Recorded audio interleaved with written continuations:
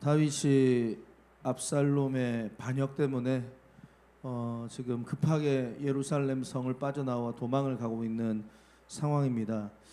어제 큐티 말씀을 잠깐 말씀해드리면 그 도망하는 가운데 사독과 아비아달 두 제사장이 압살롬의 편에 서지 않고 다윗의 편에 섭니다. 왜 그런가? 다윗이 연약함이 있고 부족함이 있지만 그래도 그 중심에는 하나님을 사랑하고 하나님 편에 서고자 했던 그 마음이 다윗에게 있었기 때문에, 진리를 붙잡으려고 노력했기 때문에 이 제사장들이 다윗의 편에 섭니다. 그런데 다윗이 아니다, 나를 따라오지 마라, 왕궁에 남아 있으라, 이렇게 말을 합니다. 그리고 또 그들이 또 사실은 언약궤를 가지고 가려고 했습니다. 그런데 그 언약궤도 가지고 오지 마라, 이렇게 말합니다. 사실은 다윗에게 이 언약궤가 어떻게 보면 제일 필요한 걸 수도 있어요. 언약궤가 어떻게 보면 하나님의 임재를 상징하는 것이고 하나님이 우리와 함께 한다는 것을 상징하는 물건입니다. 그러니까 그 언약궤가 그 도망가는 다윗에게 필요했죠. 그런데 다윗은 그 언약궤보다도, 물건보다도 하나님이, 내가 하나님 편에 있는가, 내가 하나님만을 신뢰하는가, 이제 그 마음이 그에게 있었습니다. 그래서 언약궤가 중요한 게 아니라 나는 하나님 편에 서겠다. 그러한 그 귀한 마음, 겸손한 마음, 하나님만을 원하는 그 마음이 다윗에게 자라나기 시작했습니다. 다시 말하면 그 고난의 시간들 속에서 다윗이 만들어지고 있는 거예요. 다시 빚어지고 있는 거예요. 그 고난과 안타까움과 눈물의 시간을 보내면서 우리가 알고 있던 그 다윗의 모습으로 점차적으로 돌아가고 있는 것을 어제 큐티 말씀을 통하여서 우리는 발견하고 있습니다. 그리고 오늘 본문에 보면 30절에 보면 다윗이 이제 감람산 길로 올라갈 때 그의 머리를 그가 가리고 맨발로 울며 가고 그와 함께 가는 모든 백성들도 각각 자기 머리를 가리고 울며 올라갔다. 그러니까 비통한 마음으로, 정말로 슬픔 가운데 그를 따르는 그 사람들과 함께 그러한 지금 고통을 나타내고 있는 말씀이 30절입니다. 그런데 그의 마음을 더 아프게 했던 것은 31절 말씀인데요. 어떤 사람이 다윗에게 말을 합니다. 보고를 합니다. 압살롬과 함께 모반한 자들 가운데 아히도벨이 있나이다. 이 말이 다윗에게는 더 큰 상처가 됐을 겁니다. 왜냐하면 아히도벨은 자기 사람이라고 생각했거든요.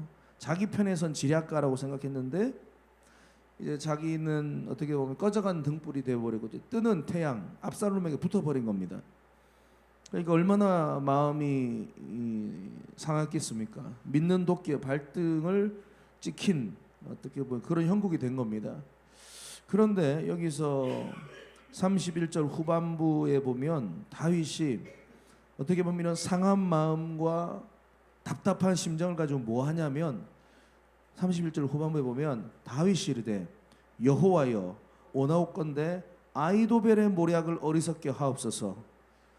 순간적으로 다윗이 기도합니다. 이게 오늘 중요한 포인트입니다.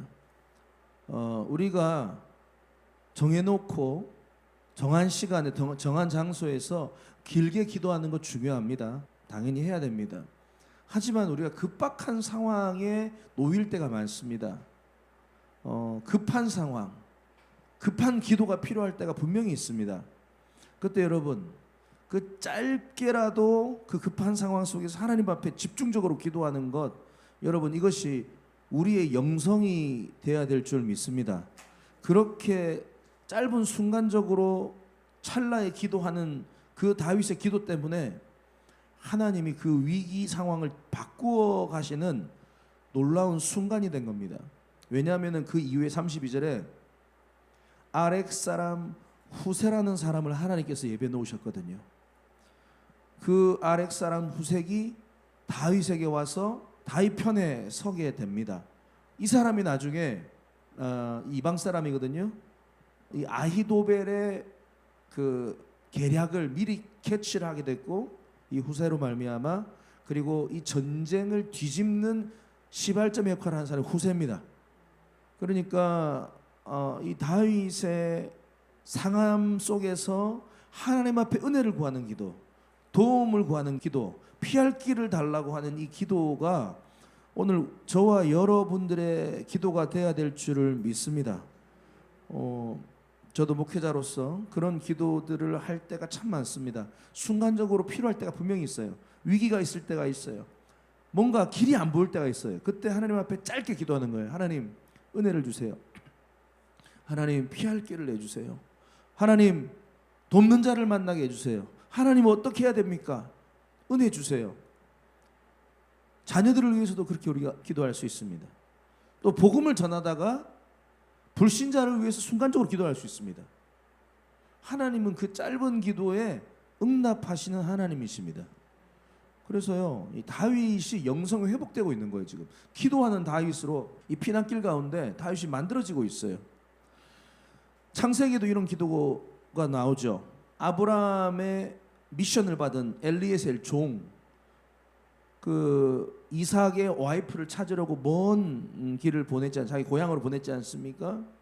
그래서 이 엘리에셀이 그 먼 거리를 가서 나홀 성에 가게 됩니다. 그리고 이삭의 아내를 찾기 위하여 엘리에셀이 뭐 합니까? 찰나적으로 기도합니다. 짧은 기도합니다. 하나님, 지금 내가 이 이삭의 와이프, 주인의 아들의 사모님을 찾으러 왔는데 하나님 어떻게 내가 이삭의 아내를 내가 선택할 수 있겠습니까? 주님 알려주십시오. 그러면서 기도하잖아요.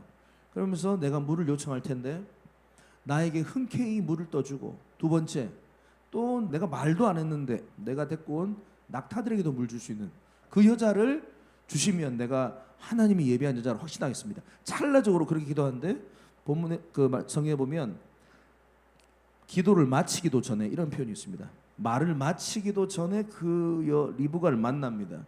그래서 그렇게 리브가를 통해서 자기 기도 응답되는 것을 경험하게 돼요. 그러니까 이것이 하나님의 백성들의 영성이 되어야 될 줄 믿습니다. 그러니까 우리가 지금 성령님을 의지하며 성령님께 물어보고 성령님께 지혜를 구하는 삶을 여러분들이 지금 이번 한 주도 살아가고 계신 줄 믿습니다. 그러려면 이 영성이, 다윗의 영성이 필요한 거예요. 계속 순간적으로 성령께 물어보는 거예요. 성령님 어떻게 하면 좋겠습니까? 무슨 말을 할까요? 내가 어떻게 말할까? 어떻게 반응할까요? 그렇게 짧게 기도하는 그 영성도 너무너무 중요하다. 그래서 여러분들께서 이런 다윗의 영성을 회복하는 은혜가 있기를 주님의 축복합니다.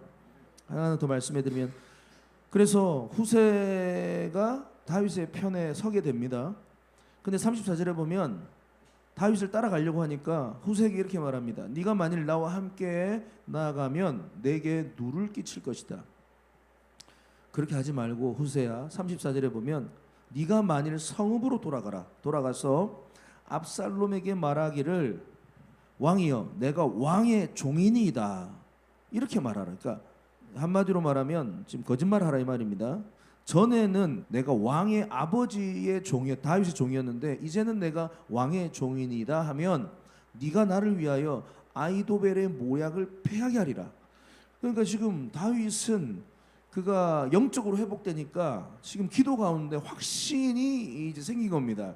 하나님께서 이 후세를 보내셨고 이 후세가 지금 다윗은 전략적으로 지금 상황을 움직이고 있는 거예요. 그러니까 아주 이게 다윗의 균형이 놀랍다는 게 바로 여기서 나올 수 있어요. 뭐냐면 다윗은 기도만 하고 있는 사람이 아니에요. 다윗은 기도하면서 행동해요. 항상 이 두 가지 같이 가요. 다윗은. 그러니까 지금 마냥 기도만 하고 있는 것이 아니라 후세를 통하여 아히도벨의 그 꾀를, 계략을, 캐치를 미리 해서 자기가 이걸 가지고 이제 반격을 하겠다 이 말입니다. 그래서 네가 그 정보를 빼내면 35절에 보면 사독과 아비아달 두 제사장에게 말하면, 36절 그 두 제사장의 또 아들이 있습니다. 사독의 아들은 아히마스, 그 다음에 아비아달의 아들은 요나단. 이 두 사람을 통해서 나한테 정보가 온다. 그러니까 후세야 들어가서 너는 압살롬에게 충성을 맹세하고 아히도벨 옆에서 그의 모략을 잘 이렇게 캐치를 해서 나에게 알려달라. 지금 그 상황을 다윗이 만들어 가고 있다 이 말입니다. 그러니까 여러분, 이것이 진짜 믿음의 사람이고요, 이게 진짜 바른 영성의 사람입니다. 기도만 하고 있는 게 아니에요. 그렇다고 자기가 머리만 쓰고 있는 게 아니에요. 기도하고 하나님께서 지금 일하고 계시는구나, 하나님께서 역사하시는구나, 이것을 깨달으면 그 다음에는 자기도 최선을 다해서 지금 움직여야 되는 겁니다. 행동해야 됩니다. 여러분, 이거 진짜 영성의 사람이에요. 이거를 우리가 잘 몰라요. 우리가 기도만 하고 있는 사람들이 너무 많아요. 기도하면 하나님께 알아서 해주시겠지. 또 어떤 사람들은 기도는 안 해. 그냥 날마다 머리만 굴리고 뭔가 날마다 부산해요. 그런 사람도 있어요. 이것도 아니에요. 여러분, 우리가 기도가 먼저 돼야 될 줄 믿습니다. 하지만 그 다음에 하나님께서 이 구름들을 보여주시고 하나하나 일들을 보여주시면 움직여야 돼요. 우리 그 사도행전에 보면은 12장에 보면은 베드로가 옥에 갇혔습니다. 그런데 다른 제자들이 기도합니다. 베드로가 옥에서 빠져나오도록. 그 옥에서 빠져나와요. 그래서 베드로가 와서 문을 두드렸는데 베드로가 아닌 걸로 믿었어요. 그러니까 되게 웃긴 상황이죠. 기도를 해놓고 하나님께서 이렇게 일을 해 나가셨는데 안 믿어요. 또 참 웃기죠. 한나는 근데 다릅니다. 기도를 했는데 하나님께서 그 마음 가운데 확신을 주시고, 그러니까 마음 가운데 평안함을 가지고 집으로 돌아갑니다. 그리고 그 이후의 일들을 주님께 맡겨드리면서도 자기가 해야 될 일상의 삶을 살아갑니다. 그러니까 이런 부분에 있어서 진짜 우리가요, 기도하는 사람은 정말로 하나님께서 일하심이 확실히 느껴지고 내 마음 가운데 확증이 되어지면, 예를 들면 이런 거죠. 하나님, 비 내려주세요. 간절히 기도합니다. 그러면 어떻게 해야 돼요? 그 다음에 우산을 들고 나가야 된다 이 말이죠. 미라클 교회 우리가 이 장소를 찾는 것도 저는 같은 영적인 결로 봤습니다. 우리가 기도만 하고 있었던 것 아닙니다. 우리가 기도하면서도 우리 미라클 교회가 어떻게 세워질지, 어떻게 우리가 함께 예배하며 나갈지, 어떻게 이 교회가 주님 앞에서 하나님의 뜻을 위하여 세워질 교회가 될지 기도하면서 또 찾으면서 수많은 어떤 일들을, 행함들이 있었다 이 말이에요. 얼마 전에도 우리가 또 교육관을 놓고도 기도했잖아요. 하나님, 이 아이들 공간, 또 소그룹 공간 어떻게 해야 됩니까? 기도하고 하나님 앞에 간절한 마음으로 매달렸죠. 하지만 우리가 가만히 있지 않았잖아요. 찾았잖아요. 움직였잖아요. 물어봤잖아요. 그리고 우리 안에는 같은 확신의 마음이 있었습니다. 하나님께서 반드시 좋은 장소 허락해 주실 거야. 하나님께서 열어주셨잖아요. 이게 진짜 기도하는 사람의 영성인 줄을 믿습니다. 여러분, 기도하십시오. 하지만 하나님께서 마음에 확신 주시면 움직이십시오. 행동하십시오. 도전하십시오. 그러면 반드시 하나님께서 놀라운 일들을 우리의 삶에 행하실 줄을 믿습니다.